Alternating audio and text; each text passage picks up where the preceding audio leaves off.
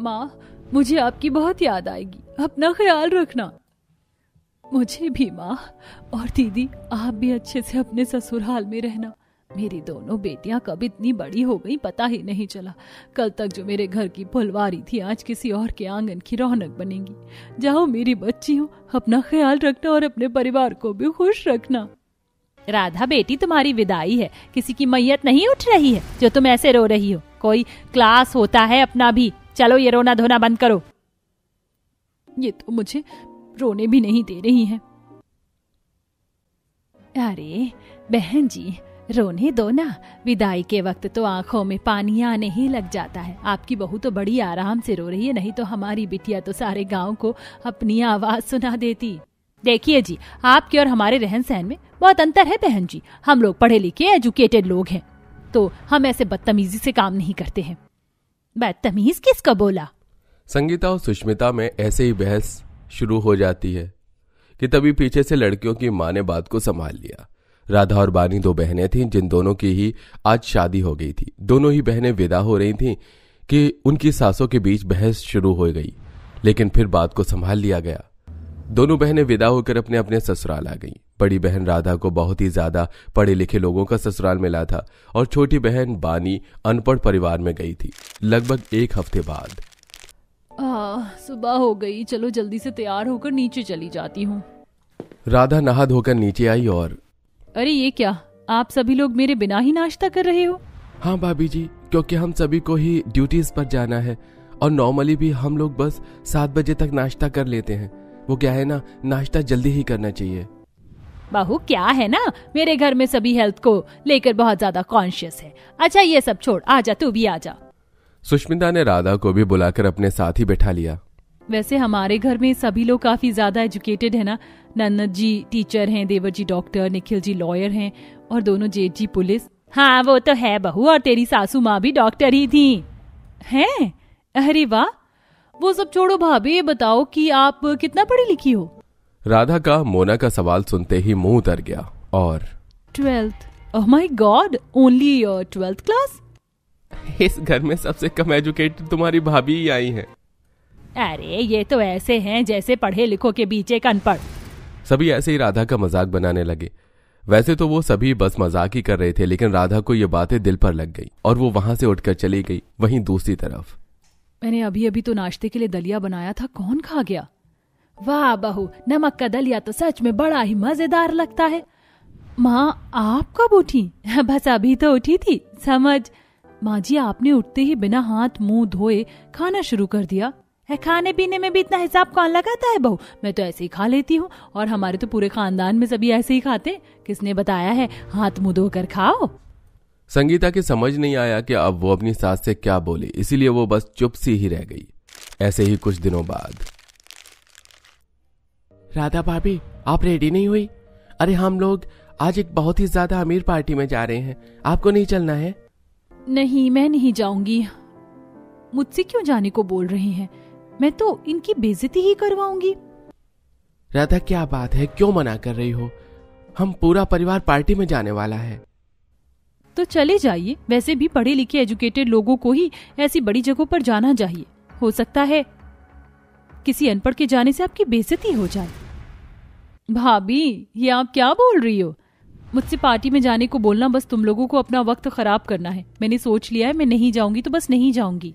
राधा की बात सुनकर किसी को भी अच्छा नहीं लगा, लेकिन वो जिद पर अड़ चुकी थी, इसलिए अब वो जाने वाली नहीं थी। सभी ने उम्मीद छोड़ दी और राधा पार्टी में नहीं गई। वहीं दूसरी तरफ हे भगवान, रोज शाम के वक्त पूरा परिवार कितना तला भुना खाना खाता है। मुझे इन लोगों को समझाना होगा कि ज्यादा ये लोग ये चीजें ना खाया करें। बानी अपने ससुराल की रसोई में खड़ी हुई पकौड़े और समोसे वगैरह बना रही थी, जिन्हें बनाते हुए वो ये सब बोल रही थी। कुछ ही देर में उसने पकौड़े बना दिए, जिसके बाद ये लीजिए। बानी अपने ससुराल वालों का बर्ताव देखकर चौंक गई, क्योंकि उसके ससुराल वालों ने उसे पकौड़े रखने का भी मौका नहीं दिया। वो उस प्लेट पर टूट पड़े और अपने अपने हाथों में भरकर वो उन्हें खाने लगे। ये सब क्या था? आप लोग ऐसे बेसब्रों की तरह क्यों खा रहे हो, जैसे कि आपको कभी कुछ खाने को मिलता ही नहीं? बहुरानी इसमें क्या बेसब्री है, और हम लोग तो ऐसे ही खाते हैं, तू भी खा ले। आप लोग इतनी बुरी तरह प्लेट से चिपटे कि अब मेरा मन नहीं है खाने का। माँ, बाबा और आप सब भी। आजकल वो जमाना नहीं रहा जो हर इंसान कैसी भी हरकतों को बस इग्नोर कर दिया जाता था। आज का दौर अलग है, अब सभी लोग मैनर्स से चलते हैं। मैं बताती हूँ आपको, प्लेट से एक बारी में बस एक ही पकौड़ा उठाना चाहिए और चटनी में उसे अच्छे से डिप करके खाना चाहिए। बानी सभी को खाने का सही तरीका बताने लगी। उसके ससुराल वाले पढ़े लिखे नहीं थे, जिसकी वजह से वो उसकी बातों को गौर से सुनने और समझने लगे। ऐसे ही कुछ दिन बाद, सभी खाना खा लीजिए। बहू क्या बनाया है? माँ भाभी ने तो आलू के पराठे बना दिए हैं। आलू के पराठे? माँ मैं नहीं खाऊंगा। मैं भी नहीं खाऊंगा। आप सभी क्यों मना कर रहे हो? राधा डियर, मैंने कितनी बार तो बताया है कि हमारे परिवार में सभी हेल्थ को लेकर बहुत ज्यादा कॉन्शियस है। ये इतना ऑयली खाना कोई भी नहीं खाएगा। एक तो ऑयली पराठे और ऊपर से आलू, अब इस खाने का क्या होगा? माँ जी, हम लोग रोजाना हेल्दी और लाइट ही खा रहे हैं, कभी कभी तो ऐसे भी खा लेना चाहिए। नहीं राधा, तुम हमारे साथ कब से रह रही हो, तब भी नहीं समझी। हम ये नहीं खाएंगे। किसी ने भी राधा का बनाया हुआ खाना नहीं खाया, जिससे कि राधा को बहुत ज्यादा बुरा लगा। और ये लोग तो मुझे पागल महसूस करवाने में कभी कोई कसर नहीं छोड़ते। यही बस समझदार है। बेचारी राधा उदास हो गई, क्योंकि उसके परिवार में उसके किए कामों में बहुत ही ज्यादा कमियां निकाली जाती थी। वहीं दूसरी तरफ बानी अपने परिवार वालों को तमीज सिखाती थी और वो लोग उसकी बातों को सुनते भी थे, इसीलिए वो अपने परिवार में खुश रहती थी। ऐसे ही सिलसिला जारी था और आज के दिन राधा के घर मेहमान आए हुए थे। अरे भाई सुष्मिता, खाना किसने बनाया? मेरी बहू ने बनाया है। कैसा है? अरे बहुत ही ज्यादा स्वादिष्ट है, मजा आ गया। मेरी बहू तो ऐसा ही खाना बनाती है, टेस्टी और हेल्दी। क्या बात है, मेरी सासू माँ मेरी तारीफ कर रही है? ये तो बहुत ही ज्यादा शॉकिंग है। चलो, लेकिन अच्छा है, कम से कम मुझे कुछ तो वैल्यू दी गई। सुष्मिता ने ऐसे बोलकर बात को खत्म कर दिया। आज उसका मन कुछ खुश सा हुआ था, क्योंकि उसकी सास ने उसकी तारीफ की थी। ऐसे ही सिलसिला जारी था कि एक दिन, ओहो, बिजली चली गई। मेरा कितना इंपॉर्टेंट असाइनमेंट चल रहा था। अरे नहीं, लाइट चली गई। अब तो इंडक्शन पर खाना नहीं बन पाएगा और साथ ही माइक्रोवेव भी काम नहीं करेगा। तो मैं क्या करूं अब? सभी घर में परेशान हो गए थे, क्योंकि बिजली चली गई थी।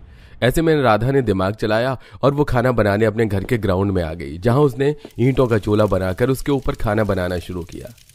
अरे वाह भाभी, हमें तो पता भी नहीं था कि इस तरह से भी खाना बनाया जा सकता है। वाह बहू, आज तो तूने हमारी पढ़ाई को फेल कर दिया। हम लोग तो बाहर से ही खरीद कर खाना खाते, अगर राधा भाभी ना होती तो। सभी राधा की ऐसे ही तारीफ करने लगे, जिससे कि उसका मन खुश हो गया। अब राधा को भी समझ आ गया था कि उसके घर वाले उसे चिढ़ाने के लिए कुछ नहीं बोलते थे, बस वो उनकी आदत थी, इसलिए वो घर में ज्यादा चिड़चिड़ाया नहीं करती थी। वहीं दूसरी तरफ बानी भी अपने परिवार में खुश रहती थी और इस तरह अब सब कुछ ठीक हो चुका था। माँ बाबा, क्या बात है, आप दोनों इतने परेशान से क्यों लग रहे हैं? अरे बेटा, परेशानियां तो हम गरीबों के साथ लगी ही रहती हैं, तो ध्यान मत दे। तुझे मैंने वो मासी जी की शादी में मिला हुआ ग्लासों का सेट धोने को बोला था, उन्हें धो दिया? अरे नहीं माँ, मैं तो बिल्कुल भूल ही गई। मैं अभी जाती हूँ। हाँ। सोना ऐसे बोलकर ग्लास धोने को चली गई कि तभी जया ने किशोर से बात करनी शुरू की। किशोर जी, अब बताएं कि हम क्या करें? घर में तो 2 बूंद दूध तक नहीं है। बेटी को रिश्ते वाले देखने आ रहे हैं, ऐसे में हम उन्हें सिर्फ पानी तो पिलाकर नहीं भेज सकते हैं ना। सही कहा तुमने जया, भले ही हम भूखे रह लेंगे, लेकिन घर आए मेहमान की तो खातिरदारी करनी ही चाहिए। देखिए जी, जिंदगी भर के पछतावे से बेहतर जरा सी बेहयाई भली। आप जाइए और किराने वाले से थोड़ा बहुत नाश्ते का सामान ले आइए। मैं नहीं चाहती कि हमारे हालातों की वजह से हमारी बेटी का अच्छा खासा रिश्ता हाथों से निकल जाए। जया की बात सुनकर किशोर ने भी गर्दन हिला दी और फिर वो अपने मोहल्ले की दुकान पर उधार लेने को आ गया। किशोर सोना का बाप था। किशोर एक गरीब आदमी था, जिसका कोई लगा बंधा काम भी नहीं था। वो अपनी एक बेटी और बीवी के साथ रहता था और आज किशोर की बेटी को देखने लड़के वाले आ रहे थे। जया, वो लोग आ गए क्या? नहीं जी, अभी नहीं आए। वैसे वो लोग बस पहुंचते ही होंगे। आप क्या लाए? कुछ नहीं, बस एक तरह की नमकीन और बिस्किट है और एक दूध का पैकेट। अच्छा अजी, जरा मेरी मदद चटाई बिछाने में कर दीजिए ना। दोनों माँ बाप ने ऐसे ही लगकर कामों को निपटाया। कुछ ही देर बाद सोना को देखने लड़के वाले आ गए। आइए आइए जी, स्वागत है। जया ने अपने होने वाले दामाद, समधी और समधन को चटाई पर बिठा दिया और किशोर भी उन्हीं के पास बैठ गया। कुछ देर बातों के बाद जया बोली, चलिए जी, मैं जरा अभी आती हूँ। जया चाय नाश्ता बनाने के लिए रसोई में आई कि तभी उसने देखा कि उसका नाश्ते का मंगवाया हुआ सामान एक बंदर खिड़की में से लेकर जा रहा है। अरे अरे चल यहाँ से, हट बंदर, अरे नहीं। जया ने काफी कोशिश की लेकिन बंदर से अपना सामान नहीं बचा पाई। नमकीन और बिस्कुट के पैकेट बंदर खींच कर ले गया और दूध का पैकेट उसने फाड़ दिया। अरे नहीं, अब मैं क्या करूं? अरे जया, क्या बात है? कैसी आवाजें सी आ रही थी? अजी आपने सामान को यहाँ खिड़की पर रख दिया था, देखिए तो उसे बंदर ले गया। भगवान, ये क्या हो गया? सुनिए जी, अब आप दूसरा सामान लाइए। गरीब बाप का बेजुबान जानवर नुकसान कर गया था, जिसकी वजह से किशोर को फिर से दुकान पर जाना पड़ा। लेकिन इस बार चाचा, अब तो तुम उंगली पकड़कर पहुंचा पकड़ रहे हो। मैंने मोहल्ले की शर्म में दे दिया था आपको उधार सौदा, लेकिन अब नहीं दूंगा। पहले मेरा चढ़ा हुआ उधार लौटाओ, उसके बाद ही अब सामान मिलेगा, और वो भी नकद। आज से ही उधार बंद है। दुकानदार ने इस बार किशोर को कुछ भी नहीं दिया, जिसकी वजह से गरीब बाप को उदास होकर लौटना पड़ गया। अब गरीब परिवार पर कोई दूसरा ऑप्शन नहीं था। उन्होंने लड़के वालों को बस पानी ही पिलाकर अपने घर से भेज दिया, लेकिन फिर भी लड़के वाले सोना को पसंद कर गए। हे भगवान, आज मैंने मेरी बेटी के लिए रिश्ते वालों को बस पानी ही पिलाया, लेकिन भले ही लोग हैं शायद जो खातिरदारी के बिना भी रिश्ता पक्का कर गए। गरीब परिवार रिश्ता पक्का होने की वजह से खुश भी था और खातिरदारी न कर पाने की वजह से दुखी भी था। ऐसे ही कुछ दिन और बीते और अब गरीब परिवार में दाने दाने को लेकर किल्लत शुरू हो गई थी। सुनिए जी, आटा तो जरा सा भी नहीं है। माँ, बहुत भूख लगी है। हाँ मैं जानती हूँ बेटा, लेकिन मैं क्या करूँ, मेरे पास तुझे देने को कुछ भी नहीं है। सुनो जया, मैं जा रहा हूँ कोई काम देखने। अब और इस तरह से काम नहीं चलेगा। किशोर ऐसे बोलकर घर से काम देखने को निकल आया। उसके घर में दाने दाने की किल्लत हो रही थी। अरे नहीं, अभी मजदूरी का काम तो जरा भी नहीं आ रहा है। मुझे कहाँ पर ही कोई काम मिल पाएगा। घर का सारा राशन भी खत्म हो गया है। एक काम करता हूँ, पहले कहीं से उधार आटा लेकर घर दे आता हूँ, उसके बाद मैं कोई काम ढूंढ लूंगा। किशोर ऐसे ही परेशान बाजार में एक दुकान पर आ गया, जहाँ नमस्ते लाला जी। नमस्ते। जी वो लाला, मुझे ना आटा चाहिए था। घर में एक भी चीज नहीं है, मुझे उधार आटा मिल जाता तो। अरे बोर्ड नहीं दिख रहा है क्या? उधार बंद है। मैं जानता हूँ लाला जी, लेकिन बस आप ही मेरी एक आखिरी उम्मीद हो। मेरी बेटी घर में भूखी है, मुझे थोड़ा सा आटा दे दो, बदले में जो कहोगे वो करूंगा। दुकानदार चालाक था, उसने किशोर के इन बोलों को पकड़ लिया और सही है, अब मैं जो बोलूंगा तुझे वो करना ही पड़ेगा। तो ठीक है, चल सबसे पहले मेरी दुकान की झाड़ू लगा। और हाँ, सक्सेना जी का घर तो तूने देखा ही होगा, उनके घर ये महीने भर का राशन भी पहुंचा कर आना है। दुकानदार ने ऐसे ही सारा दिन किशोर से खूब काम लिया। उसने उससे घर घर सामान भिजवाया और दुकान की भी जमकर सफाई करवाई, और इतने सब के बाद फिर रात को उसने किशोर को मुश्किल से 2 किलो आटा दिया।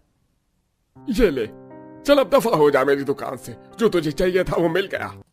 किशोर बेचारे ने अपनी मेहनत से उस आटे को कमाया, लेकिन उसे इतने सब के बाद भी बेइज्जती ही मिली। लेकिन गरीब बाप अपनी बेटी और पत्नी के पेट के लिए सब कुछ झेल गया और आटा लेकर ही घर आया, जिसके बाद उनके घर में रोटी बनी। सुनिए जी, वो जो आपके ठेकेदार है ना, उन्होंने खबर करवाई थी आपका काम आ गया है, तो कल से आप मजदूरी पर चले जाना। काम आ गया? अरे वाह, भगवान का शुक्र है। किशोर की आधी चिंता मानो खत्म हो गई थी। अगले दिन ही वो काम पर गया, जिससे कि उसने अपने घर में थोड़ा सा राशन भरा। किशोर के काम करने की वजह से उनके घर की कुछ दिन तो गाड़ी खिंच गई, लेकिन अब काम बंद हो चुका था। छोटा सा ही ऑर्डर था जो भी खत्म हो गया। अब तो पता नहीं है कि कब तक काम आ पाएगा। सुनो जया, इससे पहले कि घर में ज्यादा किल्लत शुरू हो, मैं कोई काम ढूंढने जा रहा हूँ। इस वक्त तो काम का होना भी बेहद जरूरी है। बेटी की सगाई भी सर पर ही है। जया और किशोर दोनों परेशान हो रहे थे। उनकी बेटी की सगाई भी सर पर थी और ऐसे में ही उनके हाथ में कोई काम नहीं था और एक एक पैसे से तंगी हो रही थी। किशोर इसी तंगी को खत्म करने के लिए घर से बाहर आया और उसने काम ढूंढना शुरू किया। काफी ढूंढने के बाद उसे एक ढाबे में काम मिला। काम जरा सा मुश्किल तो है, लेकिन क्या करूं, परिवार की खातिर करना तो पड़ेगा।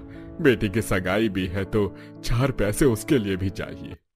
किशोर बेचारा बस अपनी बेटी के लिए ही इतनी मेहनत कर रहा था। ऐसे ही कुछ दिन और बीते और वो दिन भी आ गया जब किशोर की बेटी सोना की सगाई हो गई। ये लो जया, ये नमकीन, बिस्किट, केले और दूध है। इसी में मेहमानों का नाश्ता करवा देना। और हाँ, इस बार जरा सामान को खिड़की से हटा कर रखना। जी। सोना कहाँ है? तैयार हो रही है। बाबा। सोना को जैसे ही किशोर ने पलट कर देखा तो उसकी आंखों में आंसू आ गए। सोना ने अपनी माँ की साड़ी पहनी हुई थी। कैसी लग रही हूँ मैं? बहुत सुंदर। किशोर सोना को देखकर बहुत ज्यादा खुश हो रहा था। ऐसे ही कुछ देर का इंतजार और खत्म हुआ और वो घड़ी भी आ गई जब बेटी के ससुराल वाले सगाई के लिए किशोर और जया के घर आए। किशोर जी, ये जो गाड़ी में है ये तो समधी जी और समधन जी हमारे दामाद जी को ला रहे हैं, लेकिन ये पीछे ट्रक किस लिए आ रहा है? पता नहीं। सोना के ससुराल वाले खुद एक बड़ी ही महंगी सी गाड़ी में बैठ कर आ रहे थे, लेकिन उनके पीछे एक ट्रक भी आ रहा था। गाड़ी और ट्रक दोनों ही साथ साथ रुके और नमस्ते समधन जी। नमस्ते नमस्ते, आइए आइए। ऐसे नहीं जी, अभी हमें कुछ काम है। अरे लड़को, सामान उतार दो, यहीं रखना है। गोविंद ने ट्रक की तरफ को हाथ हिलाते हुए ये इशारा दिया। इशारा देखते ही ट्रक में लगे हुए लड़के ट्रक से उतरे और एक दूसरे की मदद से सामान उतारने लगे। पहले उन्होंने ढेर सारे आटे के कट्टे उतारे, उसके बाद चीनी, चावल, दालें, ड्राई फ्रूट्स और राशन का सामान उतारा, जो कि काफी ज्यादा था। अरे समधी जी, ये सब क्या है? किशोर जी, ये सब हमारी तरफ से तोहफा समझो। ये राशन हम आपके घर में भरवा रहे हैं, क्योंकि हम जानते हैं कि हमारी बेटी के घर में तंगी चल रही है। गोविंद ने ये बात बड़ी ही नरमी से बोली, जिससे कि किशोर की आंखों में पानी सा छलक गया। हमें तो यकीन ही नहीं हो रहा कि हमारी बेटी के ससुराल के रूप में फरिश्ते इंसान मिल रही है। समधी जी, समधन जी, ये राशन हमारे घर में पूरे 1 साल तक आराम से चल जाएगा। अरे अरे, आप ऐसे क्यों बोल रही हैं? चलिए समधन जी, अब अंदर चलते, सगाई भी तो करनी है। ममता की बात सुनकर जया को याद आया और फिर वो सभी सगाई के लिए अंदर गए। घर में कोई और मेहमान नहीं था, बस 2 परिवारों में हंसते खेलते सगाई हुई और उसके बाद शादी की तारीख पक्की करके लड़के वाले चले गए। 1 साल के राशन से गरीब परिवार की बहुत मदद हो गई थी और अब सब कुछ ठीक हो गया था।